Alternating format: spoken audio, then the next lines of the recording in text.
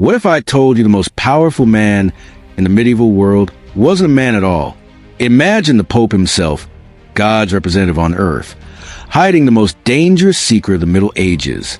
A secret so explosive that one mistake would end with her being torn apart by a furious mob. This is a forbidden story of Pope Joan.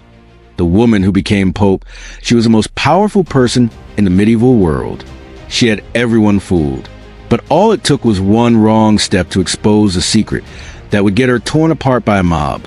What if I told you that the throne of St. Peter, the papacy itself, was once stolen, not by a rival cardinal, but by a brilliant, ruthless woman, an imposter who lived a double life so audacious that her exposure will become one of history's most brutal and whispered about legends. This is a story of Pope Joan, a woman who didn't just break the glass ceiling of the medieval church. She shattered it, disguised herself in the rubble, and became the Pope himself. But the secret she carried was a ticking time bomb, and it was about to explode. Picture this. It's the 9th century. The Catholic Church is the absolute power in Europe. It controls kings, commands armies, and dictates reality. And it is an institution built, governed, and inhabited solely by men.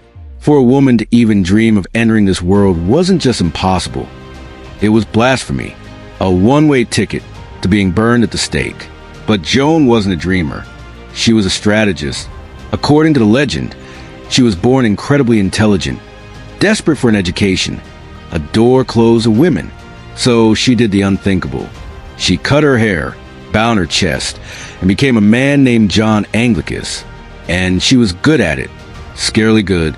She entered the monastic world and began to climb.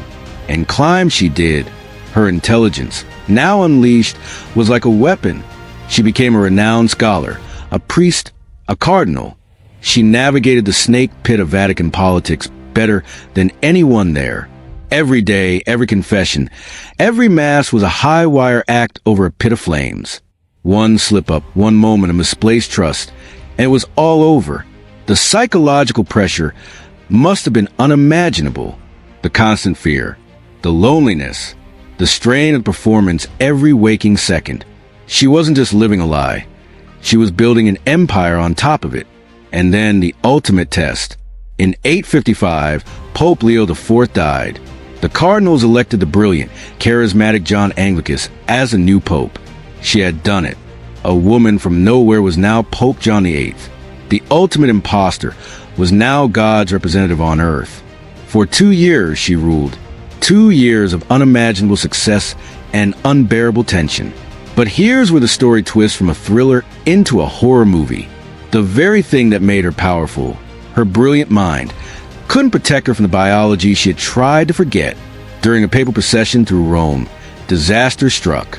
As the procession moved through the streets, Pope Joan, Pope John collapsed, and in the chaos, the unthinkable happened.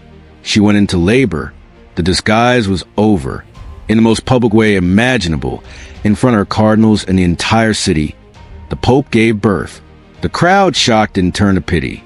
It turned to pure medieval rage. They felt betrayed, humiliated. The woman who had tricked them all had to be punished. The legends say what happened next was so brutal the church tried to erase it. She was dragged through the streets. The most common and most gruesome ending is that she was stoned to death by the mob. Her body was discarded, and her newborn child likely shared her fate. The church, horrified, supposedly then instituted a practice. All future popes had to sit on a special chair with a hole in the seat where a deacon would reach under and verify that the new pope was, indeed, a man. They created a system to check for the pope's testicles because of her. Now, modern historians debate if Joan was real. The official Vatican records don't list her, but that's almost beside the point. The story persisted for centuries because it spoke to a terrifying truth. It was the ultimate nightmare for a patriarchal system. That a woman could be so intelligent, so capable, that she could not only enter their world but conquer it. And their ultimate punishment was a public, grotesque reminder of the very womanhood she had tried to hide. The story of Pope Joan is about the insane lengths someone will go to for knowledge. It's about the crushing weight of a double life. And it's a dark reminder that in the Middle Ages, for a woman who dared to reach too high, the fall wasn't just from power. It was into a mob waiting to tear her apart.